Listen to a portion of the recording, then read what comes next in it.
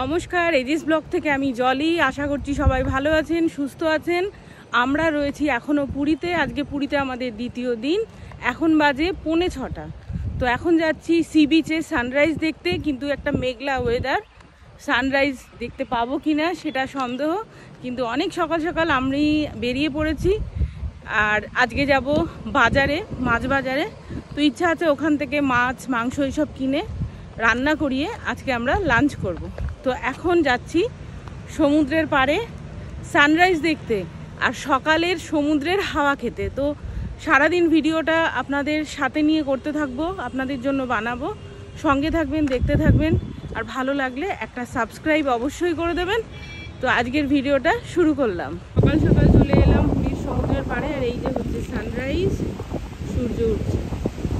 আমরা দুজনে মিলে ভোর 5টার সময় উঠে সমুদ্রের পাড়ে গেছিলাম, কিন্তু তখন ছিল অন্ধকার। 6টা 5-10 যখন বাজে, এই যে একটু একটু করে সূর্যোদয় হচ্ছে। এত সুন্দর লাগছিল না দেখতে, আর সুন্দর ঠান্ডা হাওয়া, কত মানুষ সমুদ্রের ধারে। যখন শুয়েছিলাম তখন ভাবছিলাম হয়তো আমরাই যাচ্ছি, কেউ মনে হয় যায়নি, কিন্তু অনেক মানুষের ভিড়। আর একটা বিশাল বড় কচ্ছপ মরে পড়ে আছে ঢেউতে, সেটা পাড়ে উঠে এসছে। তো সবাই ভিড় করে দেখছিল, আমরাও দাঁড়িয়ে দেখছিলাম যে কত বড় প্রাণীটা মরে পড়ে আছে। সানরাইজ দেখলাম, সমুদ্রের হাওয়া খেলাম, একটা সুন্দর ওয়েদারের মধ্যে কিছুক্ষণ দাঁড়িয়ে রইলাম। সকালটা শুরু হলো আজকে আমাদের এইভাবে। এবার যাব একটুখানি বাজার করতে, বাজার ঘুরতে, বাজার দেখতে। মর্নিং ওয়াক করতে করতে আমরা এই চৈতন্যদেবের স্ট্যাচু মানে স্বর্গদ্বারের সামনে দিয়ে আমরা চললাম বাজারের দিকে। যাওয়ার পথে একটু দাঁড়িয়ে পড়লাম স্বর্গদ্বারের শ্মশান দেখতে। আগে বহুবার পুরী গেছি, কিন্তু স্বর্গদ্বারের ভেতরে কখনো ঢুকিনি। স্বর্গের দুয়ার, তার ভেতরে গেলাম। প্রচুর এখানে শবদাহ এখানে পোড়ানো হচ্ছিল। আর এই জায়গাটা কিন্তু ভীষণ পুণ্যের জায়গা। যে কোনো শ্মশানই হলো ভীষণ পবিত্র স্থান। আর পুরীর স্বর্গদ্বার, এখানে মোক্ষ লাভ করা যায়।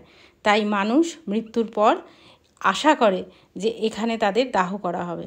তো এখানে অনেক দাহ চলছিল, সেগুলো দেখে আবার আমরা বেরিয়ে পড়লাম বাজারের দিকে। তো পৌঁছে গেলাম মাছ বাজারে। ছেলের আবদার ছিল কাঁকড়া আর খাসির মাংস, আর আমাদের পছন্দ হলো পমফ্রেট আর গলদা চিংড়ি। তো এগুলো সব আমরা কিনলাম। কিনে নিয়ে তারপরে বাজার থেকে বেরিয়ে এই মাছের দোকানদারদের পাশেই কিছু লোক বসে থাকে মাছ কেটে দেওয়ার জন্য। তবে পুরীর বাজারে মাছ যে খুব সস্তা তা কিন্তু নয়। কিছু কিছু মাছ সস্তা, কিন্তু বেশি ভালো মাছগুলো কিন্তু আমাদের কলকাতার থেকেও একটু আবার দাম বেশিও নেয় ওরা। কিন্তু আপনারা ফ্রেশ জিনিস খেতে পারবেন। আর এই যে বড় বড় শঙ্কর মাছ দেখলাম, যার ল্যাজ দিয়ে নাকি চাবুক তৈরি হয়। তো যাই হোক, মাছ টাছ কিনে নিলাম। কিনে নিয়ে এবার সেগুলোকে কাটাতে হবে। তো কেজি প্রতি 30 টাকা করে নেয়। এখানে সব লাইন দিয়ে বটি নিয়ে মেয়েগুলো বসে থাকে, ওরা মাছ কেটে দেয় এবং যেরকম আপনি পিস চাইবেন সেরকমই কেটে দেয়। চিংড়ি মাছ আর পমফ্রেট কিনে নিলাম, এবার দেবো রান্না করতে। বললাম তো একটু আলু ভাজা। বাচ্চা দুটোর জন্য আলু ভাজা নিলে ভালো হবে। হচ্ছে ব্রেকফাস্টের ব্যবস্থা, জিলাপি কেনা হচ্ছে, তারপর দেখি আর কি কেনা যায়।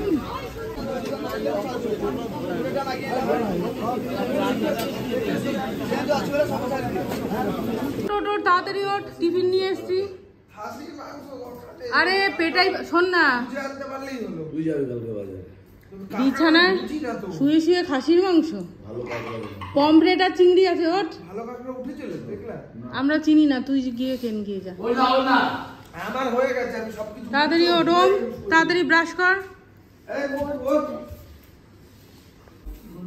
কই মুখটা দেখি। পেটাই পরোটা, জিলাপি। Good morning. ঘুরে এলে বাইরে গিয়ে রোদ লাগাও, ভিটামিন ডি হবে তোমার। এখানে ওখানে ভাঙা। ভিটামিন ডি দরকার। হ্যাঁ দরকার, ওই জন্যই বললাম বাইরে গিয়ে বসো, এরপরে বেশি রোদ বেড়ে যাবে, বসতে পারবে না। এই যে সকালে টিফিনে পেটাই পরোটা আর তরকারি জিলাপি নিয়ে এসেছি, সেটা খাচ্ছি। কেমন খেতে আয়ুষ বল? আমার কিন্তু খুব ভালো লাগছে। আমাদের ওখানকার পেটাই পরোটার থেকে এখানকার পেটাই পরোটা অনেক টেস্ট, কিন্তু আমাদের ওখানকার তরকারি বেশি স্বাদ। সে এদের তরকারি রান্নার স্টাইল আলাদা, টক ফক দিয়ে বানায়, তো ওই কারণে। সকাল সকাল 8:30টার মধ্যে ব্রেকফাস্ট কমপ্লিট করে 9টার মধ্যে আমরা সবাই বেরিয়ে গেলাম সমুদ্রে স্নান করতে। কেননা যত বেলা বাড়বে তত সূর্যের তাপ বেশি, খুব গরম। তাই জন্য আমরা 9টা 9:30টার মধ্যে সমুদ্রের জলে নেমে ঝাঁপাতে শুরু করলাম। আর সমুদ্রে স্নান করা মানে একটা বিশাল আনন্দ, এবং তার সাথে কিন্তু একটা পরিশ্রমও। তারপরে যখন আমরা সমুদ্রের জল থেকে উঠে হোটেলের দিকে যাচ্ছি তখন দেখলাম এখানে একজন শিল্পী বালি দিয়ে কি সুন্দর শিব ঠাকুর বানাচ্ছে। তো চলে এলাম এরপর হোটেলে। লাঞ্চ করছি, যে সকালে বাজার করে যে রান্না করতে দিয়েছিলাম সেটা নিয়ে আসা হয়েছে। কি মেনু আজকে বল? কেমন খাচ্ছিস? রান্না কেমন হয়েছে? রান্না করতে কত টাকা নিয়েছে? 350। মনে আছে তোর? যাক, সার্থক তো, ভালো হয়েছে তো খেতে? ঠিক আছে, ভালো করে খাও।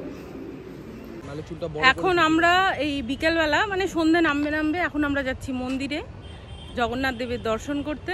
আর এখন যেহেতু হোলির টাইমে হলিডেতে সবাই এসছে, পুরীতে কিন্তু ভীষণ ভিড়, মন্দিরেও হয়তো অনেক ভিড় হবে। মাকে নিয়ে যাচ্ছি না, আমরা সবাই মিলে যাচ্ছি জগন্নাথ দর্শনে। তো জয় জগন্নাথ বলে আমরা এগিয়ে চললাম মন্দিরে।